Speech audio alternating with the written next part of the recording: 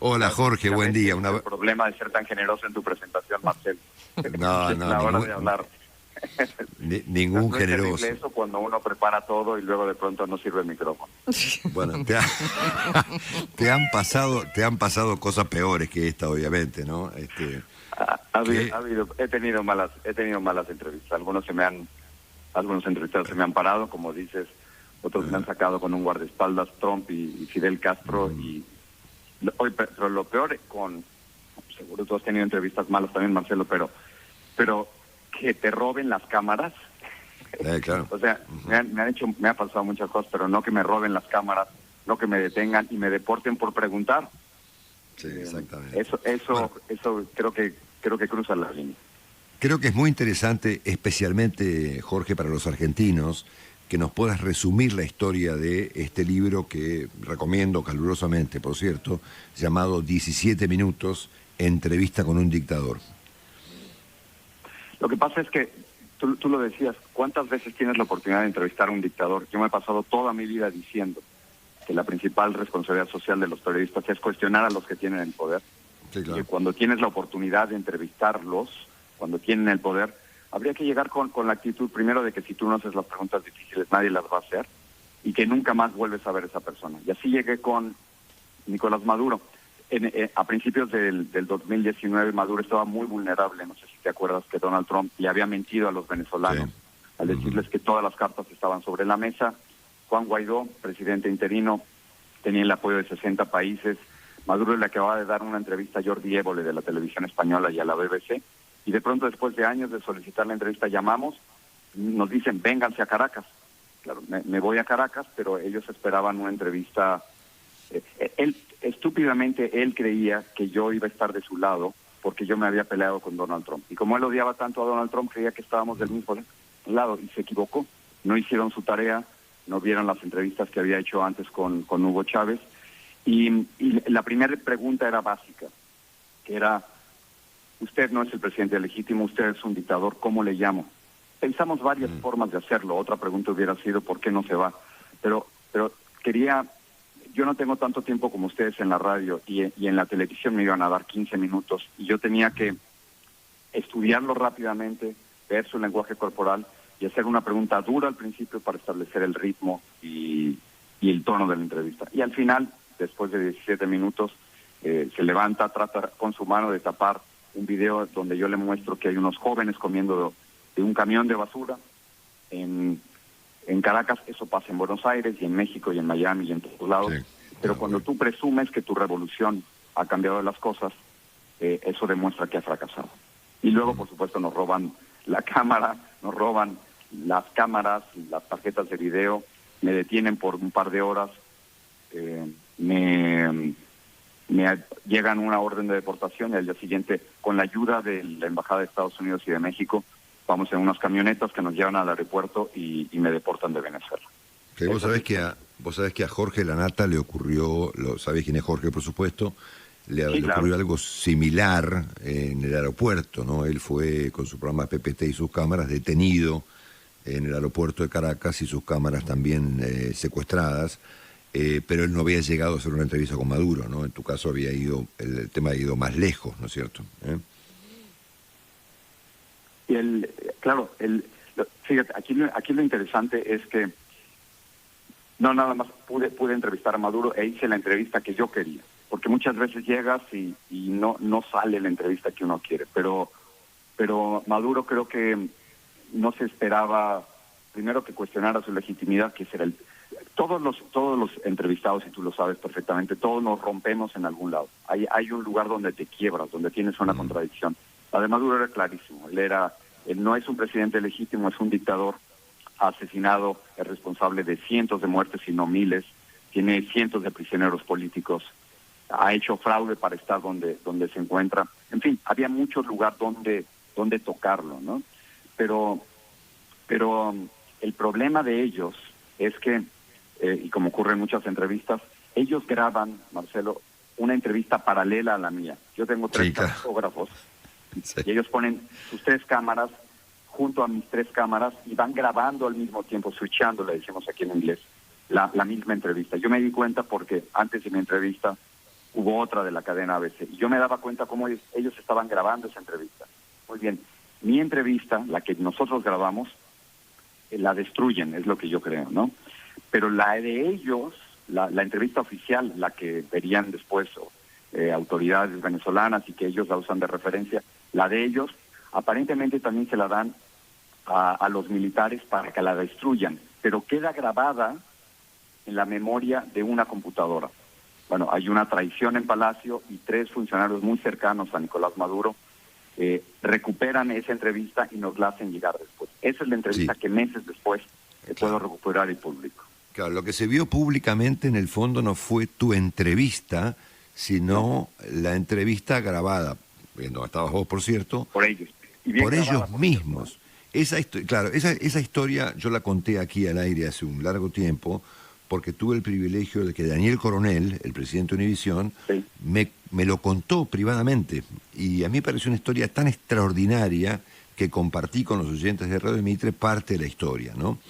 Donde hubo efectivamente una traición, porque obviamente tu entrevista, tal vez la más relevante de tu gigantesca trayectoria, se había perdido. Imagínate, o sea, tanto esfuerzo, porque yo podría hoy llegar aquí y decirte, Marcelo, tuve una gran entrevista con Nicolás Maduro y le pregunté por qué era un dictador, y le di la lista de presos políticos, le dije que es responsable de cientos de asesinatos. Tú me hubieras dicho, Jorge, te felicito, pero no sé. Claro, no lo he escuchado, seguramente te creo, pero no sé. ¿No? Ese es el problema. Y aquí teníamos la entrevista de ellos. De hecho, al final de la entrevista, lo pueden encontrar en YouTube y en todas las redes sociales. Al final de la entrevista sale un marcador o un letrero que dice Palacio de Miraflores. O sea que fue una entrevista grabado por él. Ahora, esta traición es importante porque si ellos traicionan a Nicolás Maduro por una entrevista, esto sugiere que puede haber algún tipo de traición dentro del mismo gobierno venezolano para salir adelante. La dictadura venezolana tiene que terminar de alguna forma. Con la dictadura de Pérez Jiménez antes en Venezuela hubo una traición también por parte de los militares. Los venezolanos necesitan algo distinto, mucha presión internacional. Ya me contarás ustedes de la relación de Argentina con Venezuela, y hay países como México, de donde yo soy, que es inaceptable que todavía no se atrevan a denunciar las violaciones a los derechos humanos en Venezuela, Nicaragua y Cuba, por mencionar otros dos. Sí. Contanos, Jorge, un tema de interés para los argentinos, ¿qué te llevó a hacer un libro con esta historia y qué hay dentro de ese libro? Bueno, lo que ocurre es que en radio y en televisión hay muchas cosas que se te quedan atoradas en la garganta y en el estómago, cosas que no puedes contar, el antes y el después, y muchas veces lo que ocurre antes y después suele ser más interesante que lo que ocurre en la misma entrevista. Y aquí, te voy a ser muy sincero, después de meses de pandemia, me puse a escribir el libro. Tenía una asignatura pendiente, no quería que se perdiera la historia. Y luego creo que resume un poco mi filosofía periodística. Creo, como te decía, que los periodistas tenemos dos responsabilidades: una, reportar la realidad tal y como es, no como quisiéramos que fuera. Si es rojo, decimos que es rojo, y si 20 mueren, decimos 20. Pero luego, la otra es cuestionar a los que tienen el poder. Y eso quería escribirlo ahí. Creo que hay ciertas veces, y esto a lo mejor es controversial para algunas escuelas de periodismo, ciertas veces en que los periodistas no debemos ser neutrales. Y en casos de racismo, de discriminación, de corrupción, de mentiras públicas, de violación a los derechos humanos, de dictaduras, los periodistas debemos tomar partido. Yo sé que esto choca contra la idea de objetividad en algunas escuelas de periodismo, pero mientras más recorro esta carrera, más me doy cuenta que esa es precisamente, para eso sirve el periodismo. Creo en el periodismo como un servicio público, y si nosotros no hacemos ese servicio público, entonces le estamos fallando a la democracia. Así que quería escribir todo. Sin duda.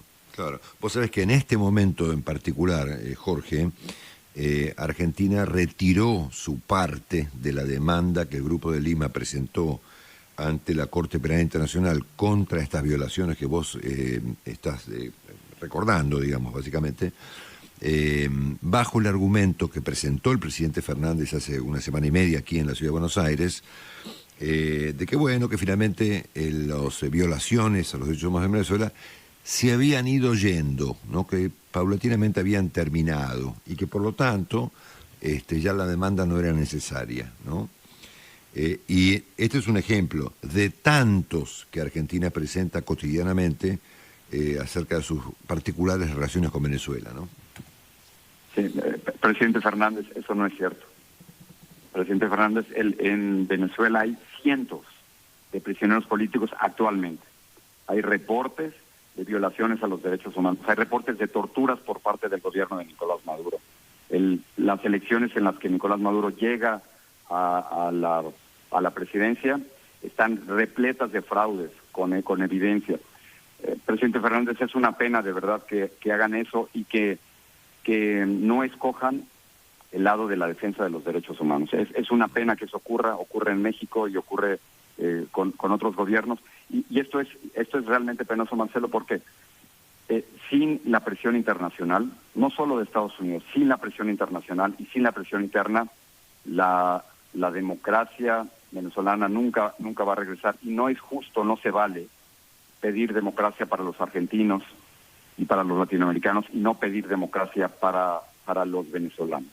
No entiendo esa complicidad, a veces silenciosa y a veces no tanto, de tantos gobiernos con las dictaduras. ¿Qué les pasa? ¿Qué les atrae? ¿Por qué ese temor a enfrentar a los dictadores de ustedes que han tenido una historia larguísima de violaciones, sí, claro, a los derechos humanos? Sin duda. Es impensable. Es inverosímil. Bueno, le recomendamos a nuestros oyentes, obviamente, que compren el libro, que vale la pena leerlo, que es alucinante, y la entrevista está famosa. Si alguien se la perdió, obviamente está en YouTube, se la puede ver, la entrevista de Jorge Ramos a Nicolás Maduro, que terminó obteniendo el año pasado un muy merecido premio Emmy, donde yo fui víctima también tuya, Jorge. Entre tus víctimas estoy yo. Me gustaría que nos cuentes, porque los argentinos creo que merecen saber la historia, es muy interesante, tu última aventura con el presidente Trump, que te mandó unos tipos no especialmente amigables, ¿no? No soy amigo del presidente Trump, pero un poco es la idea, Marcelo, tú lo haces todo el tiempo también, es la idea de que en ciertas ocasiones, no siempre, esta es una conversación para sacar información, para conocer a alguien, pero claro, hay veces en las que se dan esas entrevistas y esos momentos únicos. Con el presidente Donald Trump, cuando era candidato a la presidencia en el 2015, él había dicho que los inmigrantes mexicanos, y yo soy un inmigrante mexicano en los Estados Unidos, éramos criminales y violadores. Así lo dijo. Con absoluto racismo y desparpajo, no le importó, ¿no? Y entonces lo que pensé es, voy a perseguir a Donald Trump para que me dé una entrevista y para cuestionarlo. Le envié una carta manuscrita, de esas cartas ya que no se hacen, se le envié vía Federal Express a su torre dorada en Nueva York, y al día siguiente me contestó, Marcelo, pero me contestó vía Instagram, publicando la carta y publicando mi teléfono, el cual empecé a recibir literalmente cientos de llamadas y de textos, algunos insultándome, otros felicitándome y otros pidiéndome trabajo. Entonces, un par de meses después, encuentro a Donald Trump en una conferencia de prensa en Iowa. Yo sabía que en otros lugares habría muchos más periodistas, pero no en Iowa. Y ahí me paro, le digo, lo que usted está diciendo es una mentira. Los inmigrantes mexicanos no somos ni criminales ni violadores. Y lo que usted dice que quiere hacer, deportar a 10 millones, sacar a personas a jóvenes que llevan años viviendo en este país, crear un muro de 2,000 kilómetros en la frontera, imagínate. Todo eso es mentira. Y conforme voy haciendo mi pregunta, me doy cuenta que no me quiere dar la palabra. Es decir, en México tenemos una palabra muy bonita que es ningunear, que es básicamente decir tú no eres nadie, y no me quiere reconocer ahí, y entonces lanza una especie como de beso al aire, que es la señal para su guardaespaldas para que vaya a atacar. Exactamente. Entonces con ese movimiento de boca para un guardaespaldas frente a mí, y me sacan de la conferencia de prensa. Y la historia después, que casi nadie la sabe, es que él se da cuenta, es un tipo muy listo, o sea, es un tipo muy racista, pero es un tipo muy listo. Y él se da cuenta que comete un error y luego me manda a llamar otra vez y puedo terminar de hacer mi pregunta, pero eso ya no importó. Aquí el gesto autoritario es el de sacarme. Y debimos haberle hecho caso a eso, a ese Trump autoritario racista, que ya lo teníamos como candidato, pero que muchos no lo quisieron ver. Dijeron, no, es que tú eres latino, tú no entiendes la sensibilidad americana, no es cierto, Trump va a hacer otra cosa, y no lo fue. No nos hicieron caso. Jorge, te hago una pregunta final de un tema que nada que ver con estos casos particulares de Maduro o de Trump, que tiene que ver con un planteo que hizo el presidente Biden hace ya un tiempo, desde que asumió hasta unos cuantos días después, insistió con el riesgo de las autocracias, ¿no? Esto es, de cómo las democracias, inclusive de nuestros propios países, pueden transformarse en otra cosa, ¿no es cierto? Yo he hablado bastante de eso aquí en el programa y en CNN inclusive, porque es un tema que me parece muy relevante, y quiero saber si te preocupa a vos también esta perspectiva, esta posibilidad, este riesgo de que las democracias empiecen a autoflagelarse e incluso a autodestruirse. Yo creo que uno de los principales problemas que tenemos en América Latina es la enorme desigualdad. Vivimos en el continente más desigual del mundo, donde algunos pocos acumulan mucho y la mayoría vive en pobreza. Y yo creo que hay una seria desilusión con la democracia en nuestro continente. Creíamos después ustedes de pasar una dictadura y violaciones, y nosotros después de vivir pobreza y un sistema autoritario de 70 años en México, por ejemplo, y así las historias se repiten en cada lugar. Creíamos que la democracia nos iba a sacar adelante, y la democracia nos ha servido de mucho, por supuesto, pero no ha resuelto muchos de nuestros problemas sistémicos, ¿no? Particularmente económicos y de pobreza y de desigualdad. Y entonces yo creo que esta desilusión con la democracia ha hecho que algunos que han llegado al poder con los votos, de pronto se vayan transformando. Recuerdo, te doy un ejemplo pequeñísimo, a Hugo Chávez, lo entrevisto a finales de 1998, y él me promete que se va a quedar solo 5 años en el poder, que no va a confiscar medios de comunicación ni ninguna empresa. Y me miente en la cara. Pero esta idea de llegar al poder con los votos, legítimamente, como lo hizo Hugo Chávez en el 98, y después convertirse en regímenes autoritarios, cambiar las constituciones. Hay el temor de que esto ocurra en El Salvador, por ejemplo, con Nayib Bukele. En México yo no lo creo. Claro, algunos creen que podría ocurrir con el presidente López Obrador. Yo no creo que el presidente López Obrador haría algo así. Tenemos una historia larguísima que en donde hay un rechazo a la reelección. Pero sí, me preocupa cuando los presidentes llegan legítimamente y de pronto son autoritarios y luego se quieren eternizar en el poder. Esa es una historia muy latinoamericana y desafortunadamente se está repitiendo mucho. Sin duda. Bueno, vos sabés que he leído un reportaje que te hizo el diario El País de Madrid hace como fin del año pasado, donde muy interesante, publicado un domingo con gran despliegue por El País de Madrid, donde reconociste ser, desde el punto de vista periodístico, un dinosaurio, ¿no? Es decir, un antiguo. Yo también lo soy, y como soy un dinosaurio, aún miro con detenimiento cómo se editan las cosas, ¿no? Entonces advertí y me detuve en una foto tuya con Maduro, ¿no? En donde la postura física de ambos es completamente increíble. Él parece Saddam Hussein y vos parecés un lince a punto de saltarle a la yugular, ¿no? No sé si vos te detuviste en esa fotografía. Ya sé cuál foto. Pero es una fotografía para un premio, ¿no es cierto? Para el premio al fotógrafo, ¿no? El lunes, que vamos a tener la oportunidad de conversar largamente para CNN, vamos a arrancar nuestra conversación con esa fotografía y vos vas a tener que contar a qué responde semejante actitud física tuya frente al gigantón, como diría nuestro amigo Jaime Bailey, del señor Maduro. Así lo haremos.